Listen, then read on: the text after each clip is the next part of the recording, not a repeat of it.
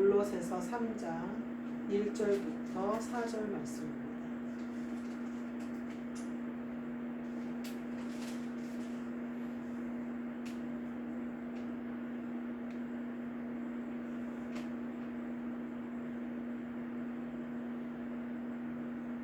골로새서 3장 1절부터 4절 말씀 제가 읽겠습니다.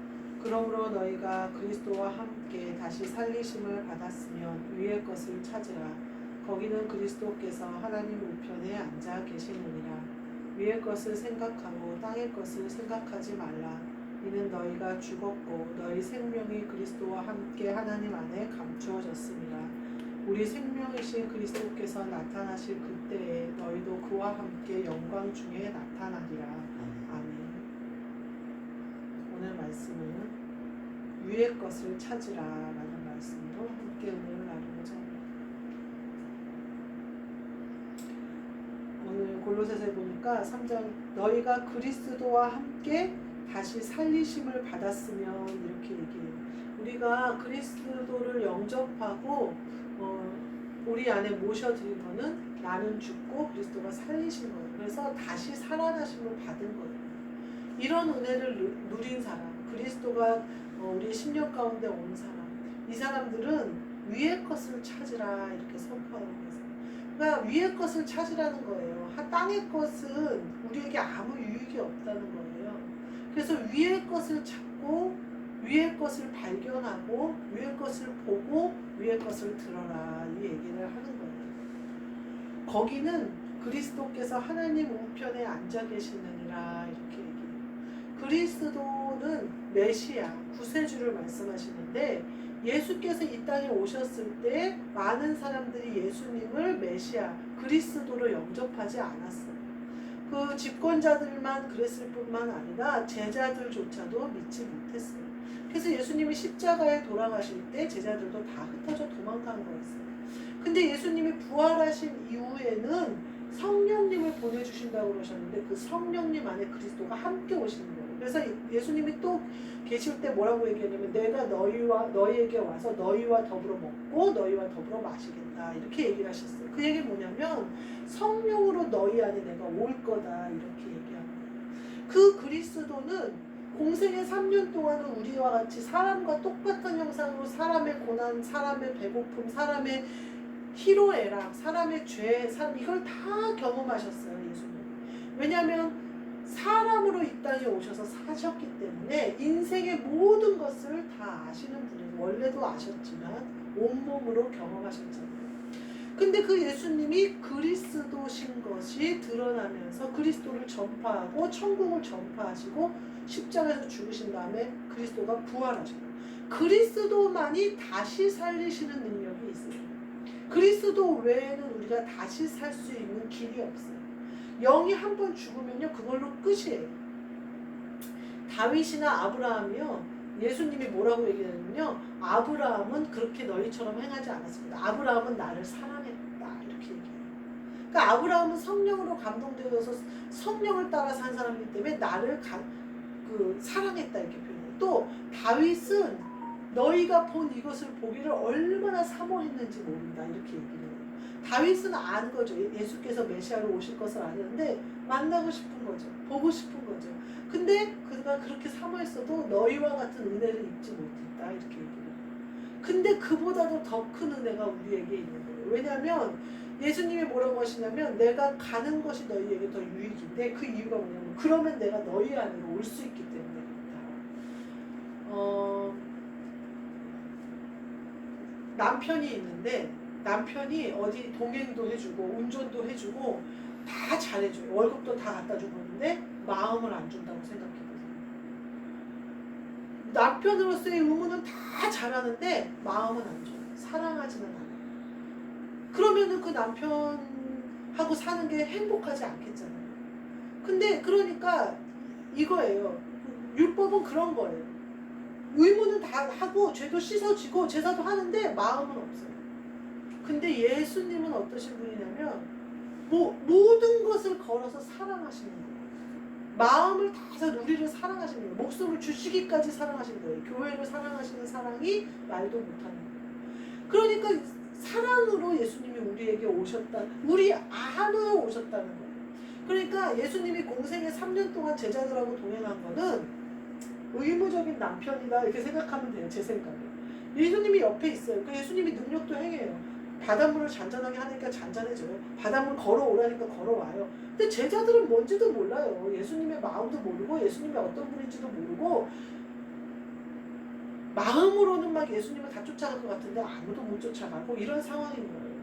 근데 예수님이 안으로 와버리시면요, 네 마음이 내 마음이 되는 거예요. 마음이 하나가 되는 거예요.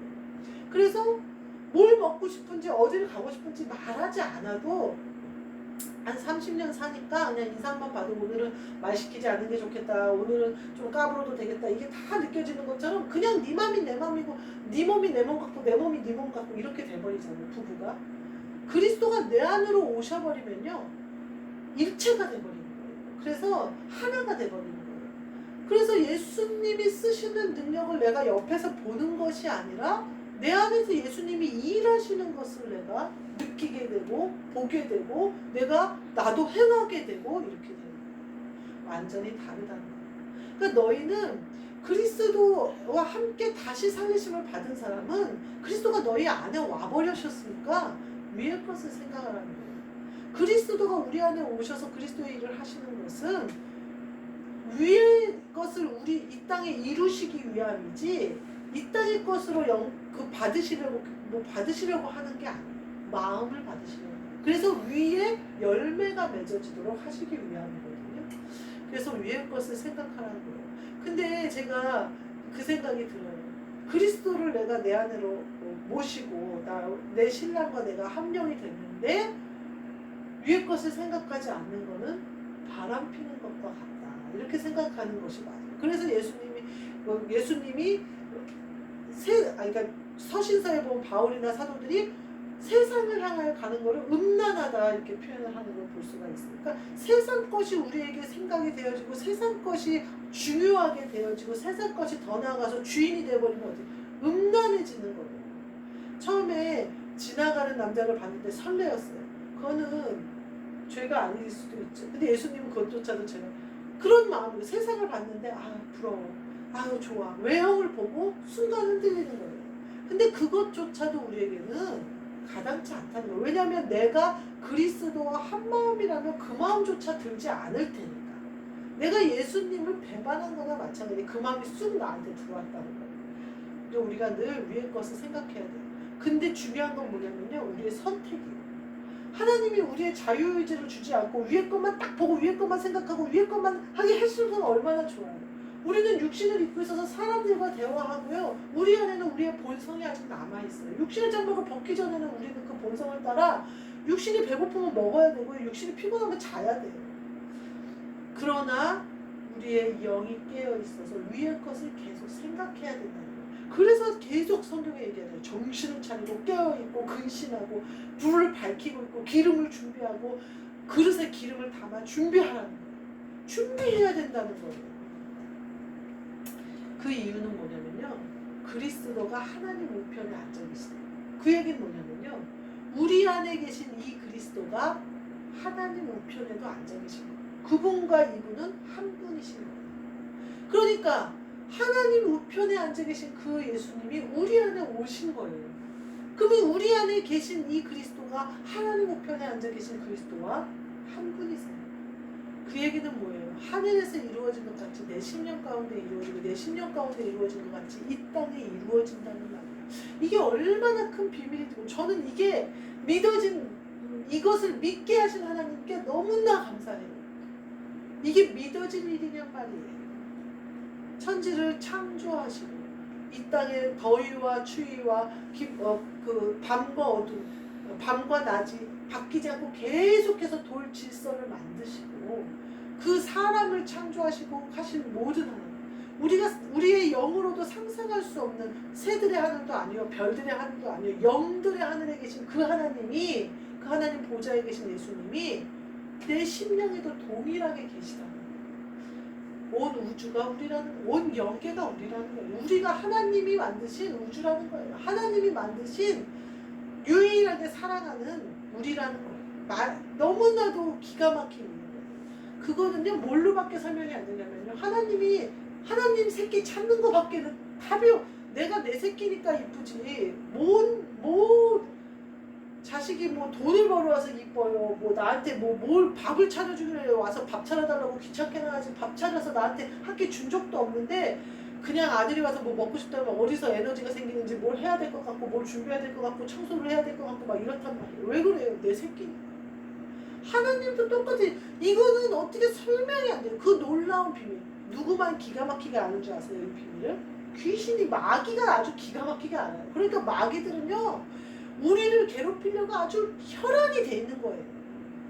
우리는 아무것도 아니거든요. 지네들이 보기에. 근데 하나님이 딱 보호해버리시니까 머리털 하나도 못 건드리거든요.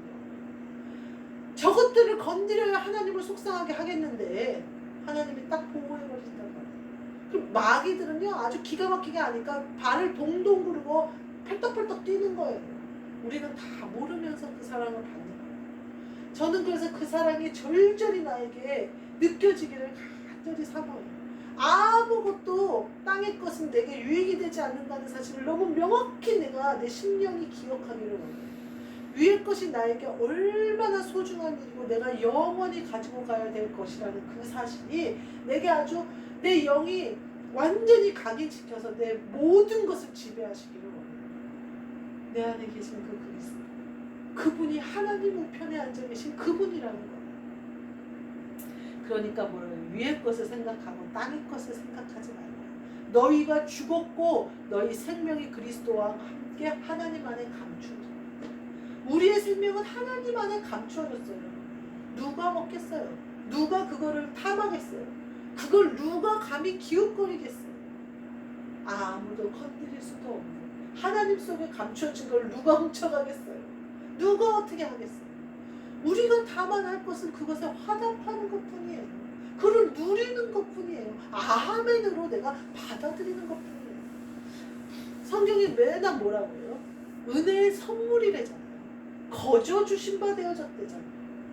그 은혜를 우리는 어떻게 해야 돼요? 그저 받으면 돼요. 내가 아들한테 예를 들면 10만 원을 용돈을 주겠다고 그러는데 아들이 나 필요 없다고 무슨 말을 하는 거냐고 10만 원 필요 없다고 그러면서 밖에서 굶고 다니면 어떨 것 같아요? 기가 막히겠죠. 내가 10만 원 주는 건 아무것도 아닌데 왜 나한테 그런 걸 주냐고 엄마가 안 줘도 된다고 그런 건 나한테 필요 없다고 내가 얼마든지 나 한다고 그러면서 돼지 주염열배도 못 주워 먹고 가서 막 PC방에서 라면 하나도 못 사 먹고 막 눈이 괭해서 배고파서 거지 새끼 마냥 이러고 다닌다고 생각해보세요. 똑같아요. 우리의 생명은 그리스도와 함께 하나님 안에 감춰졌어요. 우리가 얼마나 존귀한 존재인지를 알아야 된다 이 말이에요. 하나님이 나의 생명을 딱 소유하고 계시는 사람들이에요. 우리가. 근데 우리가 세상에서 땅의 것을 생각하면서 눈치나 보면서 주염열배도 주워 먹지 못하는 그지들 마냥 하나님의 아들들이 그러고 다녀서 되겠냐고. 하나님이 은혜로 선물로 주신다잖아요. 뭐 아멘으로 그냥 받아 쓰면 돼요. 왜요? 우리 아버지 거니까.